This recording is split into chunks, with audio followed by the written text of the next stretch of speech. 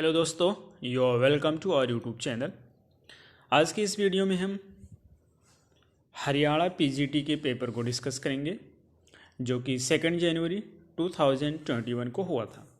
इस पेपर में total 150 questions हैं, जिसमें से इंग्लिश, रीजनिंग, मैथ्स और पेडागोजी मिला करके हैं।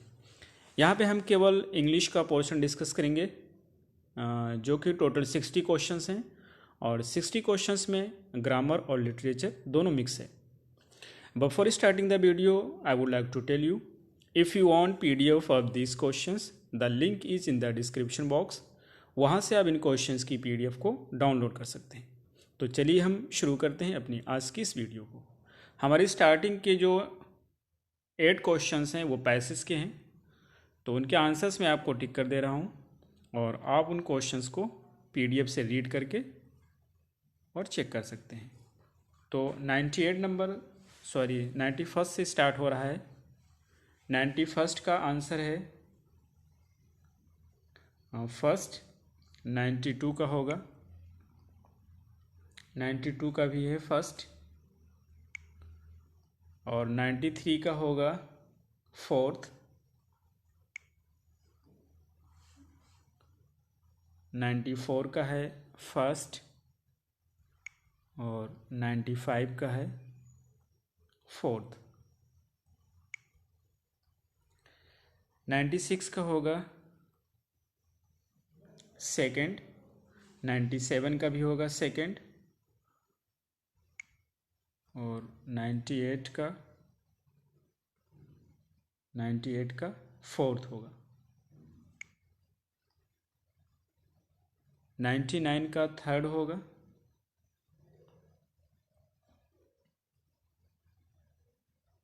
97, 98,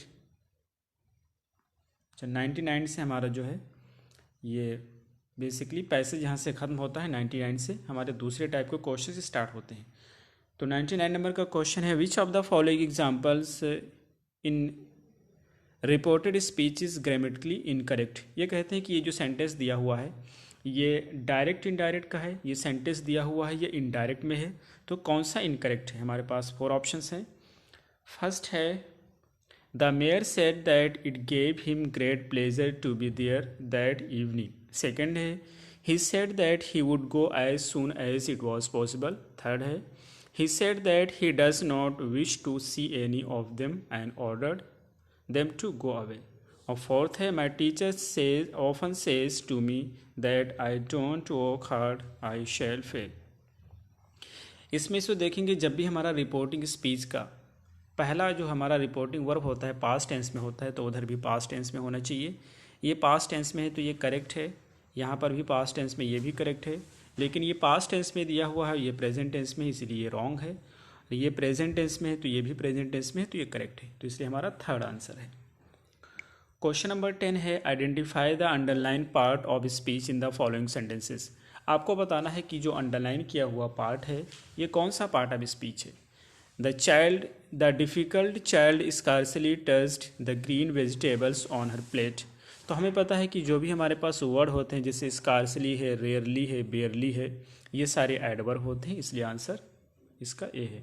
जिसमें भी एल वाई लगा होता है ये सारे एडवर्ब होते हैं, लेकिन इसमें कुछ एक्सेप्शंस भी होते हैं, लेकिन ये हमारा एडवर्ब ही है। क्वेश्चन नंबर 101 है, which of the following sentences does not have an adverb plus adjective. ये कहना चाहते हैं कि इनका एक कॉम्बिनेशन है, पहले एडवर्ब है प्लस एडजेक्टिव है। इसमें से कौन सा ऑप्शन है जिसमें ये कॉम्बिनेशन सही नहीं है। तो फर्स्ट है, Alexander thought the new cafe would be cheap but it is extremely expensive.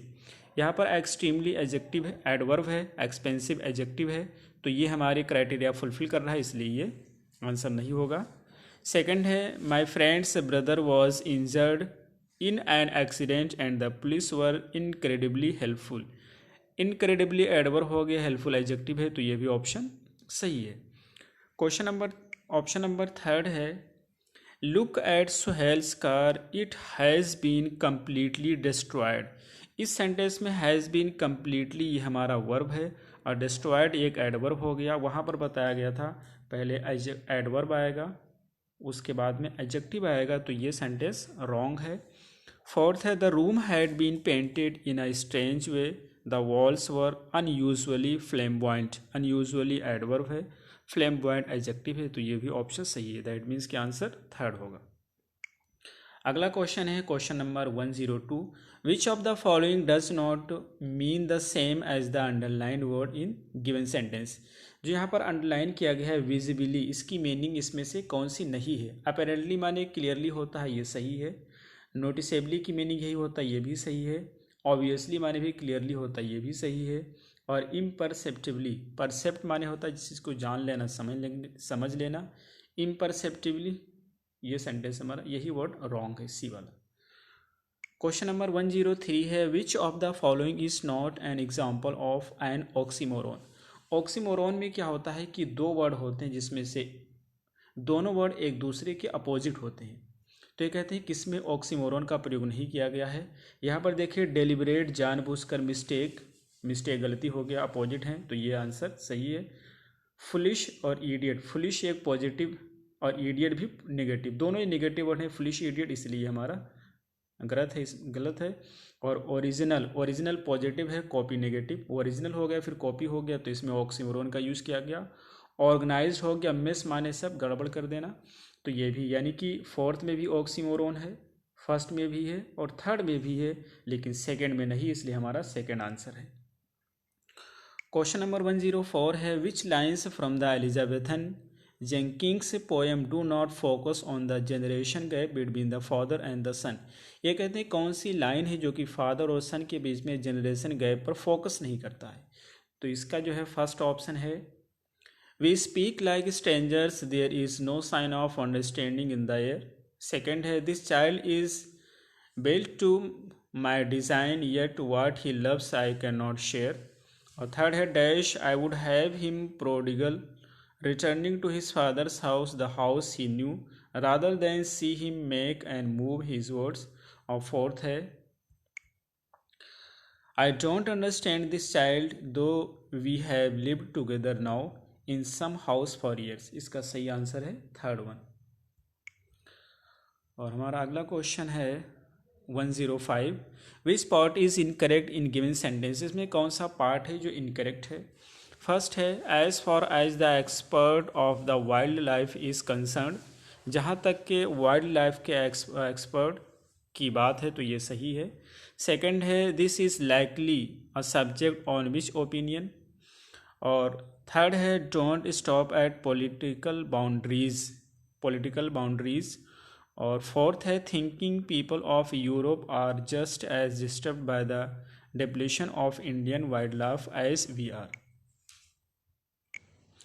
105 का सही आंसर होगा third, don't stop in political boundaries होना चाहिए। क्वेश्चन नंबर 6 है 106 है which of the following word is a noun. First है arrive, second है assemble, third है डिस्टर्बेंस, फोर्थ है ऑब्जर्व। आप याद रखिए जब भी किसी वर्ड के एंड में ANC आता है या ENC आता है तो वो वर्ड नाउन की कैटेगरी में आता है। सी वाले ऑप्शन में देखिए थर्ड वाले में ANC, दैट मीन्स की डिस्टर्बेंस एक नाउन है और यही हमारा सही आंसर है। क्वेश्चन नंबर 107 है identify the correct passive construction of the following sentence. Passive बताना इसमें से कौन सा सही होगा। तो आप देखेंगे लिखा they laughed at his warnings and objected to all his proposals. यहाँ पर लॉफ्ड का प्रयोग किया गया, यहाँ पर ऑब्जेक्टेड का प्रयोग किया है, तो डैट मीन्स कि ये पास्ट टेंस से वाज या वर में जाएगा। पहले सेंटेंस में हमारे कोई भी वाज या वर नहीं है, सेकंड में भी कोई वाज या वर नहीं है, थर्ड में हमें दिख रहा है वर का प्रयोग किया गया और फोर्थ में भी वर का प्रयोग किया। इन दोनों को देख लेंगे तो हमारे पास जो ऑब्जेक्ट था तो हिज वार्निंग्स था, उसके बाद में वर का प्रयोग किया गया, यहाँ पर दे का प्रयोग कर रहे हैं तो ये रॉन्ग है और ये थर्ड हमारा सही आंसर हो जाएगा। His warnings were laughed at and all his proposals were objected. इस सेंटेंस में देखें तो यहाँ पर हमारे पास ऑब्जेक्ट क्या होता है, यहाँ पर हिज वार्निंग्स होता है, यहाँ पे प्रोपोजल्स होता है, इसलिए हमारा थर्ड ऑप्शन करेक्ट है, फोर्थ रॉन्ग है। क्वेश्चन नंबर 108 है which of the following sentence is grammatically correct. कौन सा करेक्ट है इसमें से। फर्स्ट है the state of his affairs were आपको बता दें कि जब भी दो सेंटेंस को, दो वर्ड को हम ऑफ से जोड़ते हैं तो ऑफ एक प्रीपोजिशन है, और प्रीपोजिशन से जब भी दो वर्ड को हम जोड़ते हैं तो आने वाला जो वर्ब होगा वो पहले वाले के हिसाब से आएगा। यदि पहले वाला सिंगुलर है तो वर्ब सिंगुलर होगा, पहले वाला प्लूरल है तो वर्ब प्लूरल होगा। यहाँ पर स्टेट सिंगुलर है तो यहाँ पर वॉज होना चाहिए था, यानी कि ये आंसर रॉन्ग है। The rise and fall of the tide is, rise and fall, of से पहले राइज एंड फॉल जो कि एक दूसरे के कॉम्प्लीमेंट है, और इसके साथ इसका प्रयोग करेंगे तो ये करेक्ट है। हमारा थर्ड सेंटेंस देखेंगे तो the chairman with the director, जब भी दो सब्जेक्ट हमारे पास जोड़े जाते हैं, एज हो जैसे उसमें विद हो गया, अलॉन्ग विद हो गया, एज वेल एज हो गया, नो सूनर देन हो गया, इस कंडीशन में आने वाला वर्ब पहले सब्जेक्ट के हिसाब से आता है और पहला सब्जेक्ट हमारा सिंगुलर है तो यहाँ पे इज होना चाहिए था, इसलिए ये भी रॉन्ग है। और दूसरा हमने बताया कि एज वेल एज के साथ यही कंडीशन होती है, पहला सब्जेक्ट सिंगुलर है तो यहाँ पे वॉज होना चाहिए, इसलिए हमारा थर्ड आंसर करेक्ट है। क्वेश्चन नंबर 109 है identify the figure of speech. Figure of speech को आइडेंटिफाई करना है। She is all states and all princes, I nothing else is, princes do not play us compare to this, all honours mimic, all wealth alchemy. आपको पता है कि जब direct comparison करते हैं वहाँ पर मेटाफर होता है, इसलिए यहाँ पर सेकंड सही होगा। क्वेश्चन नंबर 110 है, 110 है। हैव इची, तो इसमें जो है फर्स्ट का जो है हैव इची फीट की मीनिंग क्या होता है, तो इसका फोर्थ होगा बेसिकली रिग्रेट अ डिसीजन। यहाँ से देख लेंगे कि जो हमारा ए होता है तो ए का बेसिकली सेकंड है। हैव इची की मीनिंग होती है टू रेस्टलेस या वांट ट्रेवल होता है इसकी, तो फर्स्ट का हो जाएगा सेकंड। और उसके बाद में क्या होता है, बी का जो हमारा होगा वो फोर्थ होगा, तो बी जो है गेट कोल्ड फीट, यानी कि इसका हो जाएगा रिग्रेट हो जाएगा। और जो हमारा सी है उसका फर्स्ट होगा फाइंड योर फीट की मीनिंग होता है to start in a bad way. और जो डी है उसका थर्ड हो जाएगा, तो सी का फर्स्ट होगा, सी का फर्स्ट होगा और डी का थर्ड हो जाएगा, इसलिए हमारा फोर्थ सही आंसर है।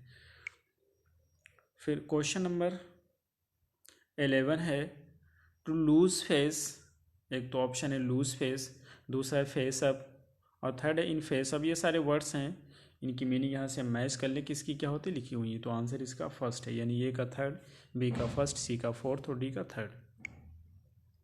क्वेश्चन नंबर 112 है, 112 है। Choose the correct phrase verb to complete the following sentence. Correct phrase कौन सा होगा इसमें से, the students laughed and from him, तो एस्ट अवे की मीनिंग होती भाग जाना, चले जाना, वो हंसे और फिर उससे दूर चले गए, तो इसलिए डी सही आंसर होगा।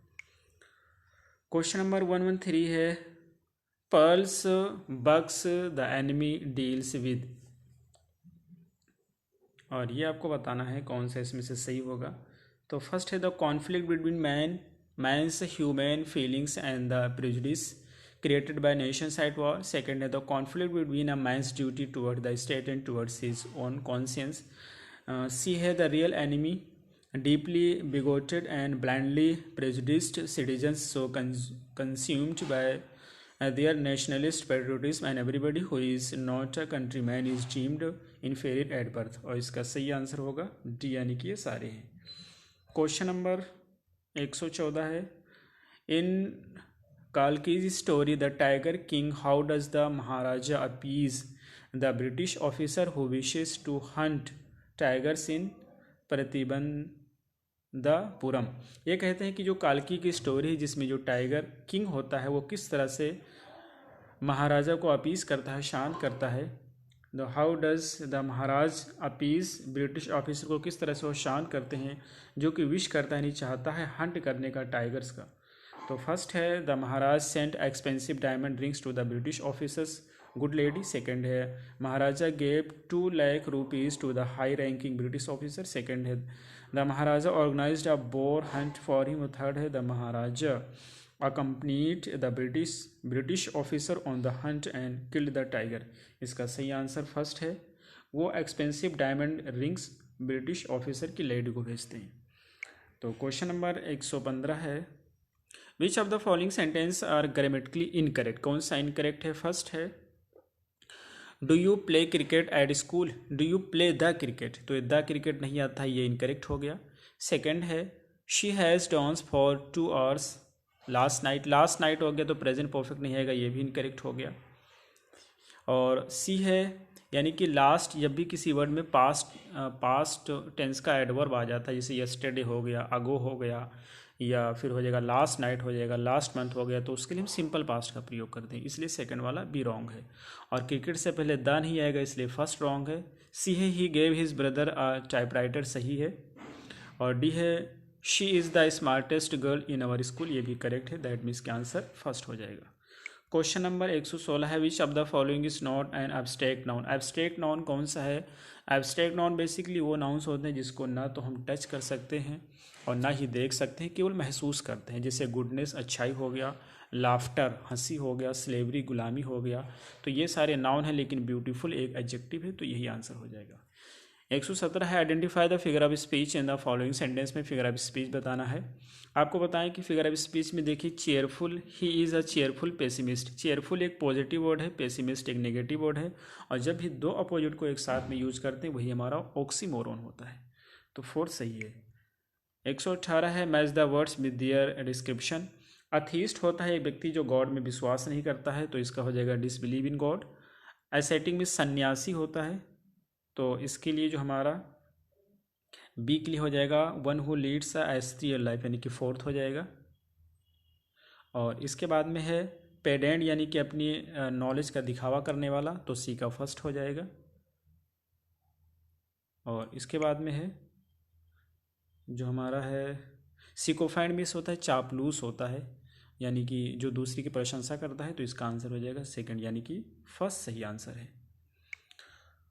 क्वेश्चन नंबर 119 है choose the correct indirect speech of the following. इसमें से करेक्ट इनडायरेक्ट स्पीच आपको बतानी है, डायरेक्ट में दिया हुआ है।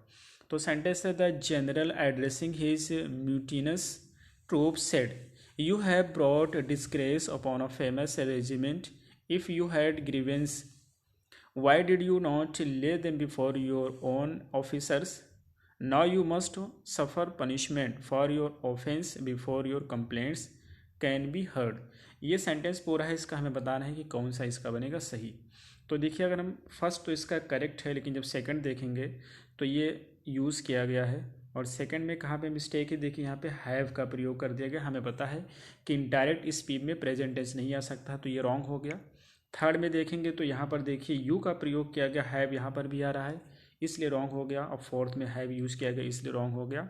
अगर हम फर्स्ट को देखते हैं तो इसमें ऐसा देखिए यहाँ पर भी हैड का प्रयोग किया गया, चेंज हो गया, यहाँ भी हैड चेंज हो गया, और इसलिए फर्स्ट इसका सही आंसर है। क्वेश्चन बहुत बड़ा है, लेकिन आप इसी तरीके से स्पीड से कर सकते हैं। क्वेश्चन नंबर 119 के बाद 120 है in R K Narayan's name what do the initials R K stand for. R K की मीनिंग क्या होती है, किस इसका फुल फॉर्म क्या होता है, तो इसका फुल फॉर्म होता है रासीपुरम कृष्णा स्वामी, यानी कि फर्स्ट इसका सही आंसर है। क्वेश्चन नंबर 121 है which is the odd one. इसमें से ओड वन को बताना है कौन सा अलग है। तो दे, इसमें आप देखेंगे दे सब्जेक्ट हो गया, डिड वर्ब का सेकंड फॉर्म हो गया, very little work that day, ये ऑब्जेक्ट हो गया। सेकंड में we shall make an announcement, तो वी सब्जेक्ट हो गया, शैल ऑक्सिलरी वर्ब हो गया, मेक एन अनाउंसमेंट ये वर्ब हो गया, और एन अनाउंसमेंट ये ऑब्जेक्ट हो गया। लेकिन I can stand, I subject है, कैन स्टैंड वर्ब हो गया, और ये ट्रेवलिंग एक जेरेंड यूज़ किया गया, इसलिए बाकी से ये हटकर है, इसलिए हमारा यही आंसर हो गया। यहाँ पर भी ये सब्जेक्ट है, वर्ब है और ऑब्जेक्ट है, तो यही हट करके है, इसलिए थर्ड सही आंसर है। क्वेश्चन नंबर 122 है which work of William Wordsworth is generally considered to be his magnum opus. ये कहना चाहते हैं कि विलियम वर्ड्सवर्थ का कौन सा वर्क है जिसको मैग्नम ओपस यानी कि मास्टरपीस कहा जाता है। तो फर्स्ट है द एक्सकर्सन, सेकंड है preface to lyrical ballads, third है गाइड टू द लेक्स, और फर्स्ट है द प्रिलूड। द प्रिलूड इनकी जो वर्क होता है ये पोएम्स का कलेक्शन होता है जिसको ये लिखते हैं अपने फ्रेंड एस.टी. कॉलरिज को एड्रेस करके, और ये इनका मास्टर पीस होता है जो इनकी मृत्यु के बाद इनके वाइफ के द्वारा पब्लिश कराया जाता है, तो यही इसका सही आंसर है फोर्थ। 123 है which of the following English words has not been correctly transcribed phonetically. उसका सही फोनेटिक कौन सा नहीं है। तो फर्स्ट है एलियन का करेक्ट है, एक्टिव का भी सही है, एलर्जी का सही नहीं है, एब्जर्ड का सही है, तो इसका एलर्जी हो जाएगा। क्वेश्चन नंबर है 124। In which of the sentences given below the word panel is used in the different sense. Panel means एक तो होता है कि यहाँ पे एक तो देखो किस किस के लिए यूज किया गया हम देखते हैं। पहला सेंटेंस, द जज H.O. Hobart Grooms told the jury panel. Jury panel यानी कि जजों के बेंच की कह रहे हैं यहाँ पर। He had heard the report यानी कि जजों का बेंच हो गया। सेकंड सेंटेंस कहते हैं the mask from the Bwa village in Mali took like long panel of decorated wood. और यहाँ पर पैनल की मीनिंग की लकड़ी का तख्ते की बात कर रहे हैं। थर्ड में the panel is lying the ground work for an international treaty, यहाँ पर भी बेंच की बात कर रहे हैं। फोर्थ में है through the many round tables workshop and panel discussion, यहाँ पर पैनल भी बेंच की बात कर रहे हैं यानी कि ग्रुप की बात कर रहे हैं। तो सेकंड वाले में पैनल को यूज़ किया गया है, एक को आप कह सकते हैं लकड़ी के लट्ठे के तौर पे, तो इसलिए यही सही आंसर होगा। नेक्स्ट है 125 है, which of the following sentence is true या फॉल्स। कौन कौन से ट्रू या फॉल्स हैं। तो इसमें देखिए पहला लिखा हुआ है the letter S represents 4 different sounds in 4 English words see sugar nose and vision. Second है तो ये देखिए ये तो सही कह रहे हैं, कहते हैं लेटर एस जो होता है उसके 4 डिफरेंट साउंड्स होते हैं। सी में कुछ और है, शुगर में कुछ और है, नोज में कुछ और है, विजन में कुछ और है, सही है। सेकंड है the first consonant sound in the English word ocean is the same as the last consonant sound in the English word push, ये गलत है ऑप्शन। और सी है the English word high begins and ends with the same sound, और ये भी wrong है। Fourth है the English word voice and noise end with the same consonant sound, और ये सही है। तो इसमें देखते हैं कौन सा मैच करता है, सी और डी। देखिए आंसर में दे रखा है सी और डी जो ऑफिशियल की है, लेकिन ये आंसर सही नहीं है।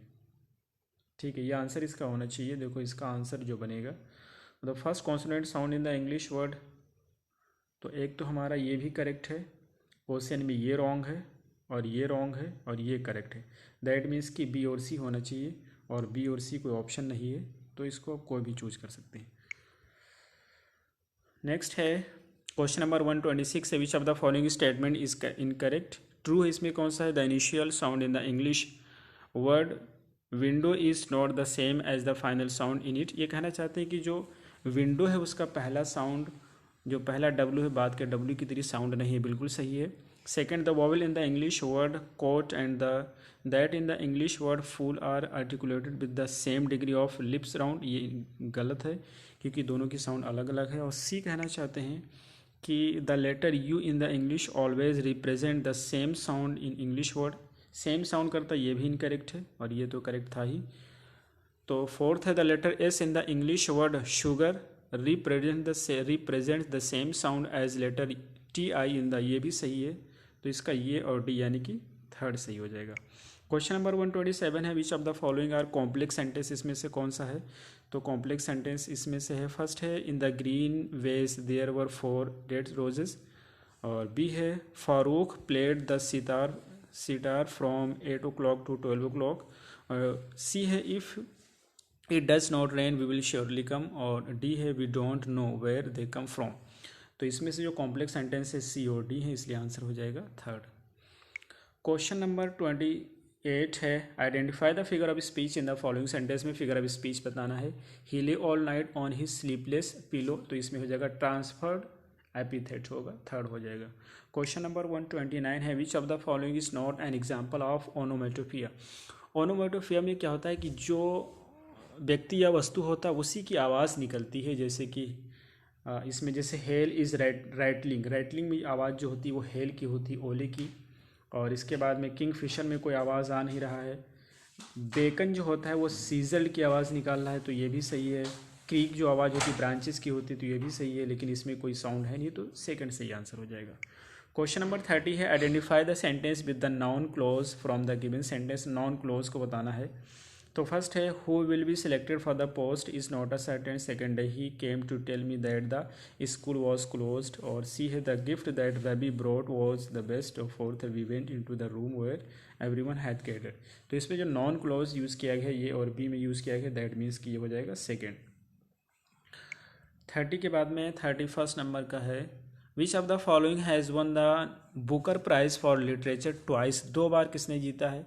फर्स्ट है रुथ प्रावर जब वाला, सेकेंड है आरिश मुरडोच और थर्ड है माइकल ओनजाजे और फोर्थ है मार्गरेट एटवुड। और यही इसका सही आंसर है फोर्थ, इनको 2 बार जीते थे। 132 है which of the following sentence is in the active voice, active voice में कौन सा है?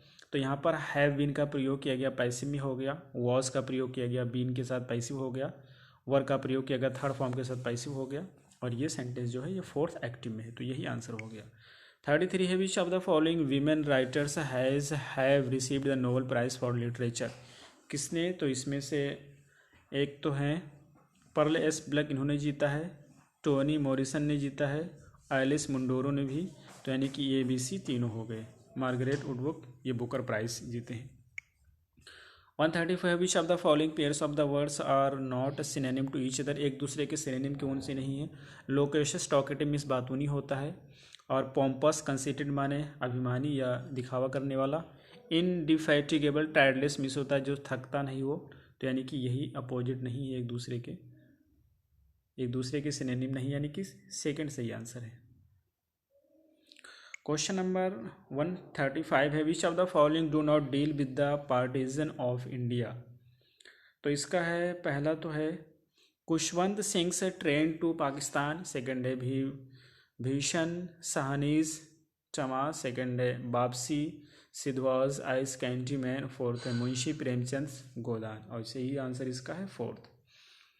Question number 136 sent Tennyson's poem title Ulysses, how does Ulysses feel about his homeland, ये कहते हैं जो अल्फ्रेड लॉर्ड टेनिसन का पोएम है यूलिसिस, जब वो यूलिसिस जो है ट्रॉय के युद्ध से लड़कर के आते हैं तो वो किस तरह से अपने घर पे फील करते हैं? फर्स्ट है he is content in ruling his people after being away from a long time, he does not like the manner in which his son Telemachus has ruled the land in his absence. He is strongly discontented and yearns to travel and explore again.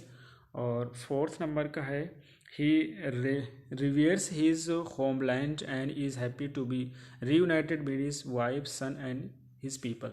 तो basically जब ये वापस आते हैं तो ये घर पर बैठना इनको अच्छा नहीं लगता है, दोबारा से वर्ल्ड को एक्सप्लोर करना चाहते हैं, तो थर्ड सही आंसर होगा। क्वेश्चन नंबर 137 है which of the following is miss spelled, इसमें कंपंक्शन होता है COMPUNCTI1 जिसके माने रिग्रेट होता है, तो फोर्थ सही आंसर होगा।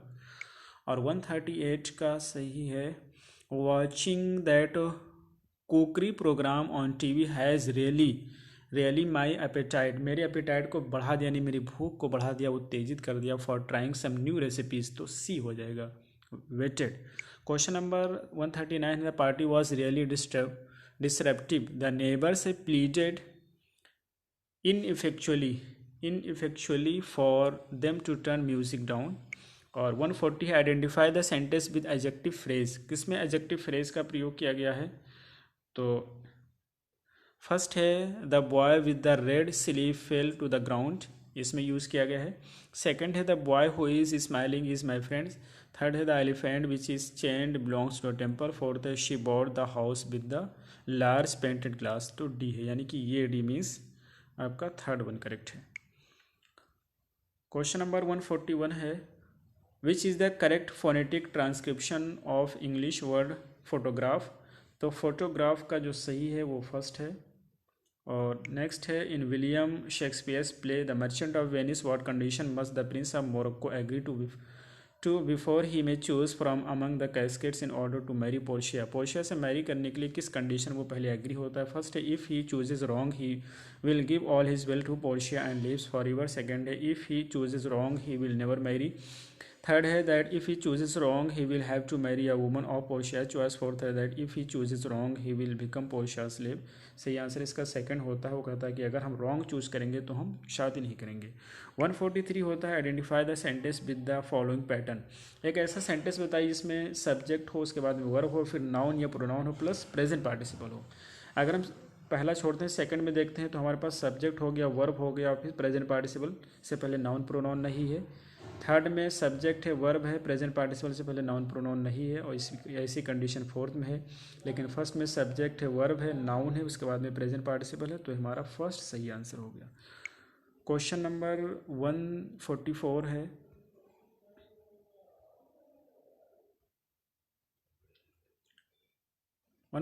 है। When Hemingway's novel the old man and the sea begins, how many days had he been since Santiago last courtship, कितने दिन तक थे? तो 84 डेज के लिए रहते हैं और इसका आंसर हो जाएगा थर्ड। फिर हमारा क्वेश्चन नंबर 145 है। The Shokalskiy mentioned in the Shani Doshi's journey to the end of earth is. तो फर्स्ट है a submarine capable of independent operations under water. Second है helicopter that was use to rescue passenger from the stranded ship. Third है research ship for Arctic and Antarctic expedition. Fourth है the miracle airplane that can land on water. सही answer इसका है third. Question number 146 है pick the odd one. इसमें से odd निकालना है। सुप्रीम है, पैथेटिक है, स्टर्लिंग। तो इसमें सुप्रीम की मीनिंग होती है शिखर, अनपैरेलल्ड की मीनिंग भी शिखर ही होती है, स्टर्लिंग की मीनिंग शिखर होती है, पैथेटिक में दयनीय होता है, तो इसलिए थर्ड अलग है एकदम। 147 है which of the following word does not refer to manner of walking. हैगनिंग माने भाव करना होता है, ये अलग है।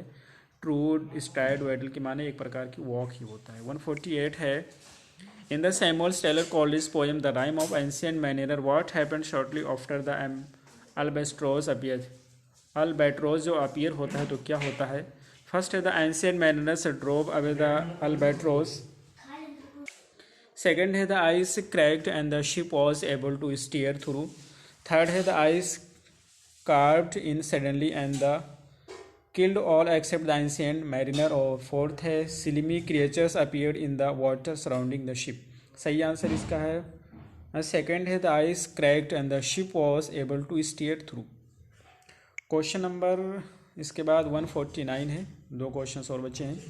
तो फोर्थ है the Nobel prize in the literature 2008 and 2018 और 19 में किसे दिया गया था? तो ये फर्स्ट है ओल्गा टोकारजुक, इसमें से फर्स्ट है, और सेकंड है पीटर हैंड्रिक, तो इसका आंसर जो हो जाएगा वो थर्ड हो जाएगा। क्वेश्चन नंबर 150 है लास्ट है which of the following is are not written by Mahatma Gandhi के द्वारा कौन सा नहीं लिखा गया है?